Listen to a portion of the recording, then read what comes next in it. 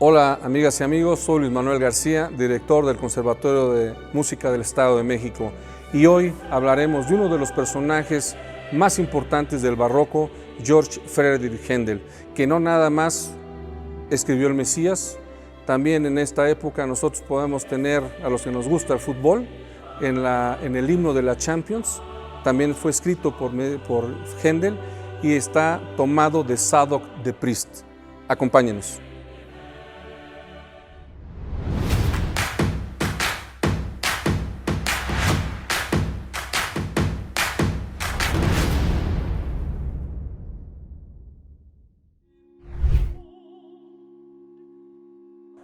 Georg Friedrich Händel, uno de los grandes compositores del barroco, nació en La Haye, en Alemania, Sajonia en aquellas épocas, y de inicio fue un niño prodigio. Estudió violín, estudió órgano, estudió oboe inclusive, y ya desde pequeño empezó a mostrar todos sus dotes musicales, pero su padre quería que estudiara también una carrera y también fue licenciado en Derecho Georg Friedrich Händel. Cosa que dejó, casi como ahora, se le dejó el título a su papá y le dijo: yo me quiero dedicar completamente a la música. Viajó a Italia, en donde aprendió el arte de componer óperas, y también donde desarrolló quizá su carrera más importante fue en Inglaterra. Ahí es donde se dio a conocer con una famosísima obra que es El Mesías. Händel perteneció al periodo barroco. ¿De qué se distingue el periodo barroco? En que hubo mucha libertad en la cuestión de ornamentación y de la manera como se abordaban las obras. Habría siempre una melodía y los ejecutantes tenían que adornar ellos la música. No había escritos como trinos, como ciertos ornamentos que utilizamos ahora, que ya son más detallados. En esa época no había. Una parte importante es que se dio el bajo continuo. El bajo continuo no es que estaba un instrumento de contrabajo, sino que se utilizaba un clavecín, a veces se utilizaba otros instrumentos, inclusive una especie de pianoforte, para que llevaran el tiempo cada vez de cada obra. Sí, eran orquestas pequeñas, dependiendo también de la capacidad que tenían los compositores para poder tener el recurso necesario para tener una orquesta. En esas épocas, normalmente el compositor es el que dirigía sus propias obras, no como un director como tal, pero sí era parte a veces de la orquesta, ya fuera si era violinista, ya también si era fuera en el clavecino, en el pianoforte o un instrumento que tocara. Desde ahí empezaba él a dirigir. En esas épocas había era como una colección tripartita, porque había una persona que utilizaba como una especie de báculo y es el que llevaba el tiempo. Entonces empezaba pum, tum, tum, tum. Entonces se hacía la obra. El concertino, que también era como, digamos, el primer director interno de las orquestas, es el que le daba la entrada a los demás, porque el que llevaba el báculo estaba de frente al público, no es como los directores ahora que están de frente a la orquesta. Entonces se volteaba y veía al público y con su báculo estaba él dando el tiempo. Y aparte también estaba el pianista, el clavecinista, que por eso se le decía del bajo continuo, porque con obras que llevaban coros o eran más grandes, él estaba también como encargado de darle las entradas a los demás músicos. Entonces, entre tres personas tenían todo el control de la orquesta. Debería de tener una perfección y una sincronización para que se pudiera dar esto, porque si alguien tenía un tiempo diferente, pues imagínense el caos que se generara. Pero esto es básicamente las cosas más importantes que se dieron en el barroco. Grandes exponentes del barroco, obviamente tenemos a Telemann, tenemos a Vivaldi, inclusive un poquito antes Bach. Obviamente se termina el periodo barroco en 1750 y ya da principio al clásico. Que tenemos a compositores como Mozart, como Beethoven, que también dieron lustre también a este gran periodo. Pero quizá en el barroco es donde se gestaron todas las cosas que podía tener la música y hacerla más libre, ¿no? Esta parte que tenía no tan estricta, sino con el barroco se dio esta apertura para que los cantantes. En esta época tenemos al gran Farinelli, que cantó en esta época del barroco y que tenía esa habilidad de ser un castrati natural. Entonces él también adornaba. Hay la película ahí muy famosa sobre este gran personaje en esta época, y realmente las melodías que hacían la mayoría, muchos de los adornos que no estaban escritos, sino eran creaciones e invenciones de los propios ejecutantes. el Mesías de Händel, quizá la obra más representativa, vamos a ponerlo así, la obra más representativa de este compositor, que desde el inicio, desde que se estrenó, porque se estrenó en Dublín en 1741, allá en Irlanda, después de pasar un proceso, el mismo Händel, que se fue, él muy joven, a Inglaterra, y estaba componiendo óperas. La ópera ya estaba como un poco en desuso, los italianos, los grandes exponentes de la ópera, ya habían dominado por completo, pero se empezaron a replicar en otros lados, y Händel no fue la excepción de esto. Hizo muchas óperas también, pero ya la gente como que ya decía, bueno, ya estamos un poco cansados de las óperas. Entonces él tuvo que luchar mucho, meter inclusive como productor, porque había ya una competencia ahí, y lo invitan, ¿no?, a Irlanda, a Händel, y allá lo reconocen o saben de la grandiosidad que tiene él como ejecutante, como maestro, porque también estuvo él mucho tiempo como Kapellmeister en una iglesia muy importante en Inglaterra. Entonces, de ahí empieza él a componer en otros estilos, y el Mesías de Händel es un oratorio que está de alguna manera muy ligado, digamos, acompañado a la ópera. ¿Cuál es la diferencia entre la ópera y un oratorio? La ópera siempre va a ser un drama que se escribe, ¿no?, y tiene normalmente un final trágico y hay una historia que contar, ¿no? En el oratorio, por ejemplo, ahí no hay vestuario, ahí no hay, ¿cómo se llama? Sí tiene una historia, porque debe de ser, no es lo mismo una cantata, no es lo mismo algunas otras áreas que se pueden hacer con el canto, pero sí, la base principal del oratorio es el coro. Tiene a sujetos que son solistas, y puede ser sopranos, puede ser tenores, barítonos y bajos, pero en particular el oratorio es también la historia sobre un tema determinado, porque hay coros, hay música coral que no tienen este aspecto, nada más es una sola idea y se acabó. Entonces la diferencia quizá con la ópera es que el drama en la ópera y en el oratorio no, es como una alabanza. El oratorio, y en este caso el Mesías, viene también de unas cantatas alemanas, de ahí Händel toma la forma y la empieza a desarrollar.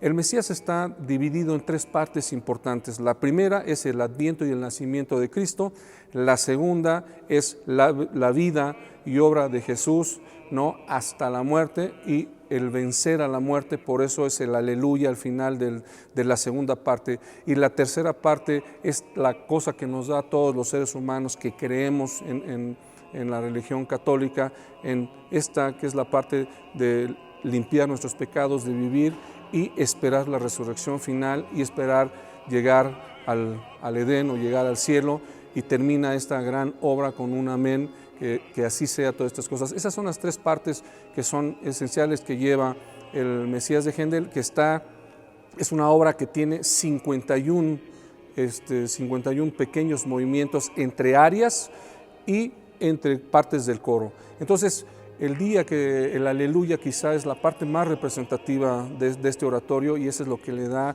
la gente normalmente está esperando este momento tan sublime, porque es una obra de verdad maravillosa, toda, no nada más el aleluya, pero la gente siempre está el aleluya esperando esta parte en particular.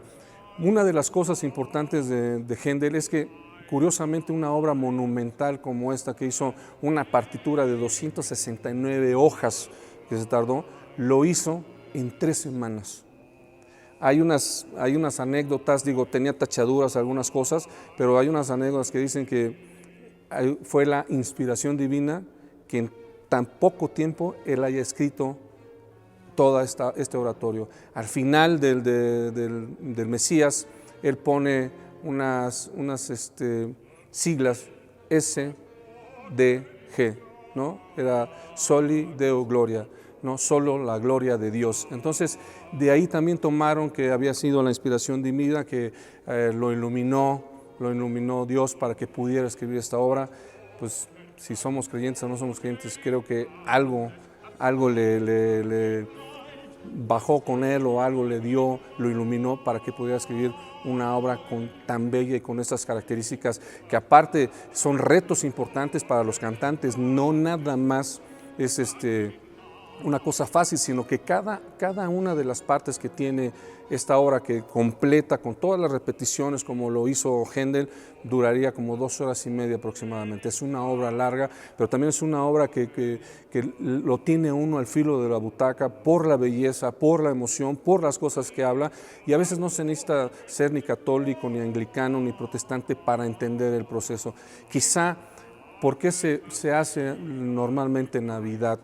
¿No? Porque habla de la venida de Dios, habla de esta resurrección, habla de la natividad, y creo que por eso está asociada en esta época del año, y creo que el nacimiento de Jesús, para los que creen o los que creemos en esto, es un día de esperanza, es un llamado de esperanza de que siempre podemos darle gracias a lo que creamos nosotros, de que podemos estar un día más, y este día nos recuerda en particular que lo maravilloso y lo bendecidos que somos de siempre estar vivos. Obviamente, ya al interpretar la obra de Händel, abordándola desde cualquier punto musicalmente hablando, ya sea como ejecutante, ya sea como director o como solista o inclusive como corista, porque tiene todas estas etapas, ¿no? En eso construye Händel la obra. Para todos es complicado, es difícil, porque hay que unificar en primera criterios, hay que unificar después formas de tocar, como la quiere, y la concepción. Desde la parte del director, el director tiene que estar atento a todo lo que está en una partitura y saber específicamente y aprender a leer todo lo que tiene ahí. De eso tenemos que hacer una reseña histórica, ¿no? Leer, documentarse y estar muy bien entrenados en el sentido, ¿qué es el deseo del director? Nosotros estamos reproduciendo el deseo del compositor en ese momento. ¿Qué es lo que nos quiere decir? ¿Qué es lo que nos quiere mostrar? ¿Cuál es el alma del compositor a la que nosotros debemos de entregarnos? Obviamente esto nosotros con palabras muchas veces tenemos que decírselos a los músicos, a los que están ahí, porque también los músicos están esperando, quizá con uno siendo como director, con las manos tratar de convencer o tratar de sacar las frases, ¿no? Ese es quizá lo complicado de la dirección de orquesta. ¿Cómo hago para que el músico entienda con un gesto, con un movimiento, qué es lo que tiene que hacer? Primero yo también tengo que tener específicamente aquí en la cabeza cómo lo voy a hacer, qué es lo que tengo que hacer. Después es un trabajo que se hace con anticipación con los solistas y con el coro propio. No se llega a todos al primer día y todos ensayamos. Hay un trabajo previo para esto, porque hay que ver la dicción, hay que ver las respiraciones, hay que ver las frases, hay que ver cómo vamos a abordar, los tiempos que se tienen que tomar para que salga de una mejor manera. Son voces en específico que tenemos que encontrar que tengan esta característica quizá un poquito más brillante de lo normal. Igual en las voces, en las sopranos también hay diferentes tesituras de sopranos y hay diferentes colores, igual en los baritos o en los tenores. Entonces tenemos que buscar quizá un sonido más redondo, un sonido más hecho, ¿no? Que tenga esta capacidad para que pueda dar lo que Händel en su momento quiso escribir. Entonces, ya teniendo toda esta gama de cosas, entonces podemos empezar a construir la obra, que es cuando se va a un ensayo. Los ensayos son para poner en práctica todo lo que uno imagina y tiene en la cabeza. Antes de dirigir o de bajar la batuta para que suene, yo ya tengo que tener aquí en mi cabeza, en mi corazón, en mi ser, todo, qué es lo que quiero que suene, cómo quiero que suene, ¿no? Y qué dimensión le voy a dar a la obra para hacerle justicia a uno de estos grandes compositores como es Händel. De ahí transmitirlo a los músicos, de ahí ser muy preciso en lo que quiero, en lo que necesito, en lo que se requiere. Y no es una cosa personal, sino me fundo, o el director se funde con el compositor para poder extraer las cosas más importantes. Sí, la música está escrita, son notas. El director tiene que ir a través de esas notas, ir hacia el alma del músico y extraerlo para que el músico pueda dar lo que tiene, y entonces sí se pueda lograr esta aura maravillosa que se convierte en música. Lo mismo pasa con los cantantes.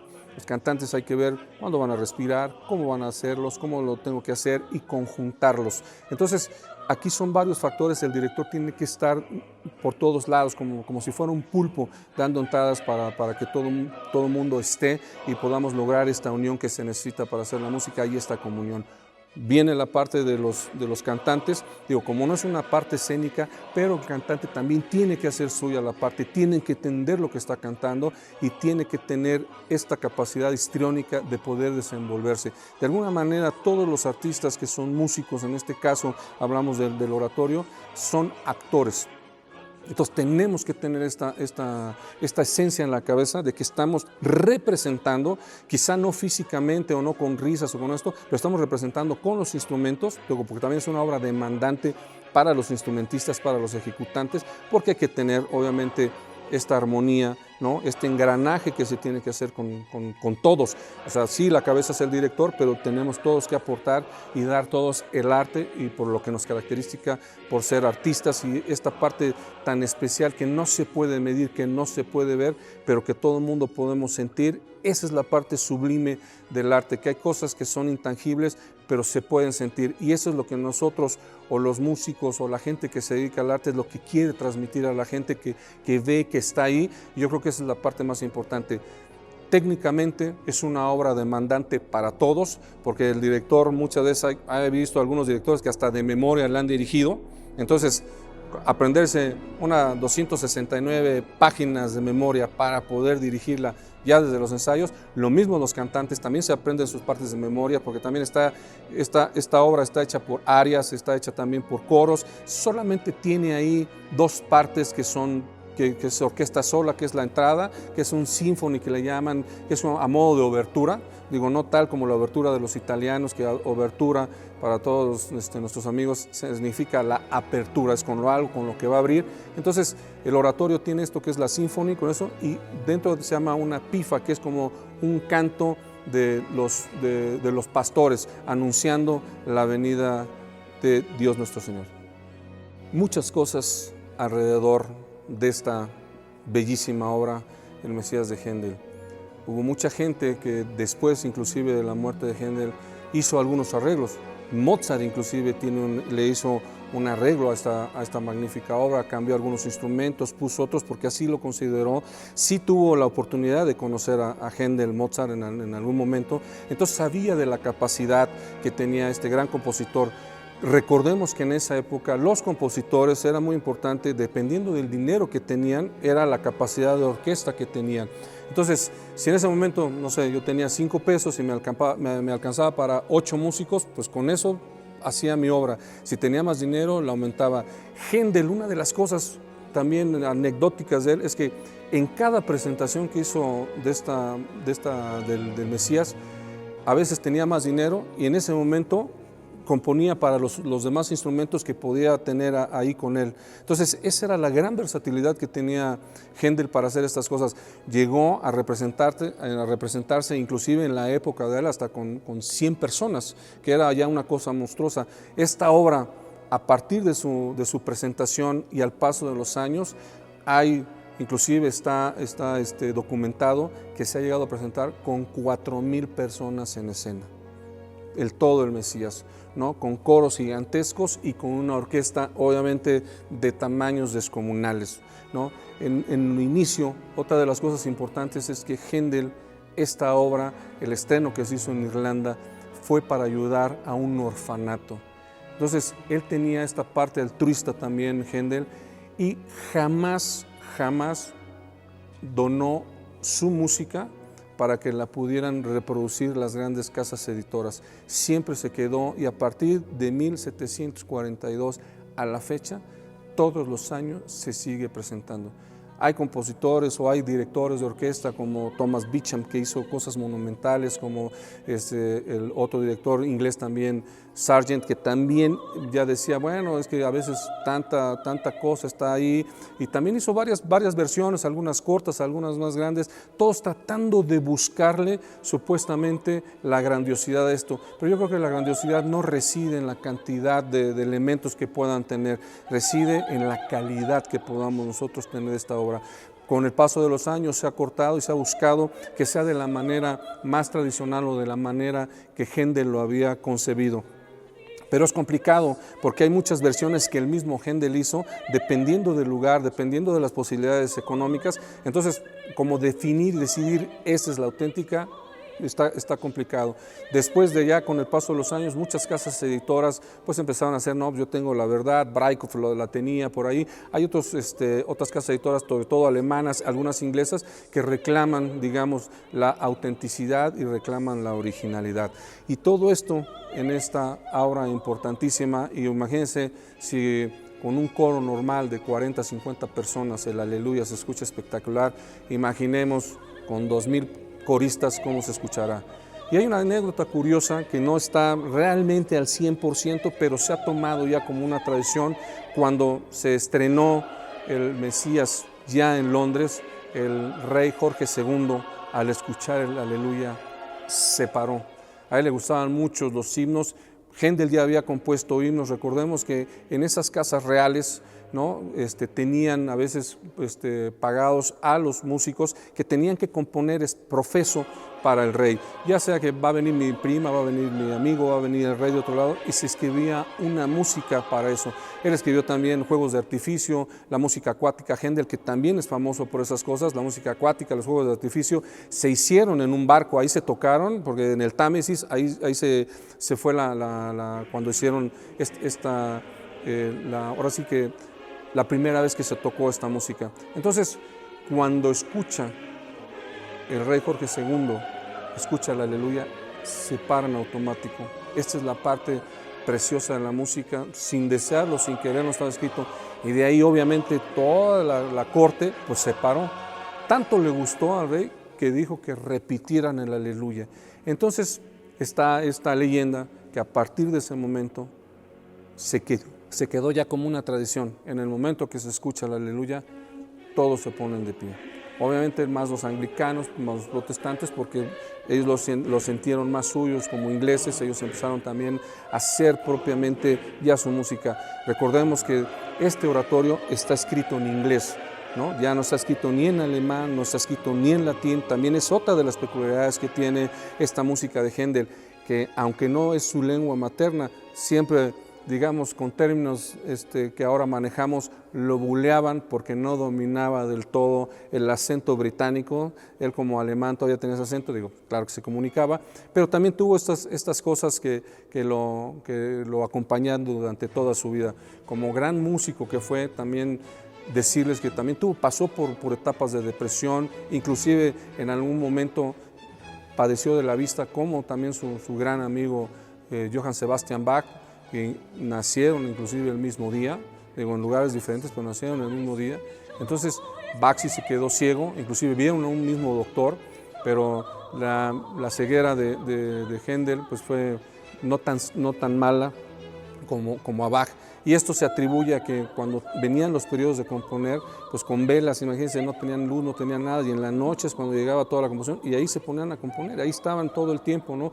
Bach, quizá no tan famoso, quizá no tuvo toda esta solemnidad, esta riqueza o esta ponencia hacia las altas esferas como la tuvo Händel. Bach no la tuvo. No por eso no demerita la música de uno, sino se complementan. Muy importante también saber que en una etapa quizá en que vivió Händel en Inglaterra, decirles que en la calle donde vivió Händel, muchos años después, quizá la casa contigua, también llegó a vivir Jimi Hendrix. Cuando Jimi Hendrix le dijeron que a su lado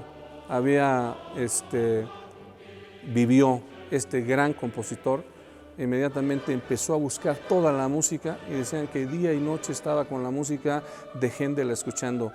Hay un pasadizo que conecta, no sé si es cierto, pero dicen que Hendrix ahí hizo inclusive algunas fiestas con los Rolling Stones, con la gente de ese momento. Entonces hay un pasadizo que conecta, y sí, hay un museo ahora que es el Museo Hendrix y el Museo Händel, pero están conectados por un pasadizo.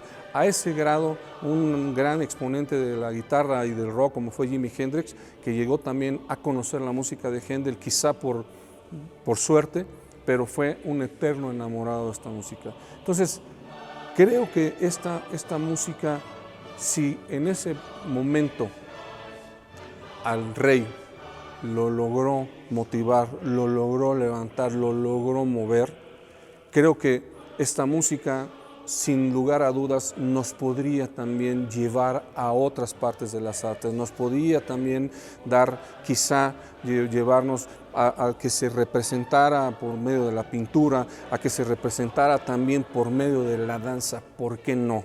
También sigue siendo música y sigue saliendo del ser humano y sigue saliendo de unas genialidades, y creo que también en este proceso podría tener ya una parte importante de que se hiciera con la danza. Decirles que también en Uruguay un gran coreógrafo y bailarín argentino en 2014 hizo una presentación de la danza, de esta obra, obviamente no todos los números, hizo una muy minimalista, pero de verdad con una categoría. Yo creo que sí es posible. Yo creo que la buena música con el buen arte siempre van de la mano. Recordemos que en esos periodos, en el periodo barroco, en el clásico, en todos esos, todo influía. La literatura tenía que estar ligada a la música tenía que estar ligada a la escultura tenía que estar ligada a la danza, porque todo fue el barroco, no nada más hablamos de la música, el barroco se dio en todas las bellas artes. Entonces creo que sí se puede unir, creo que se debería y deberíamos de darnos la oportunidad de que pudiera haber esta mezcla.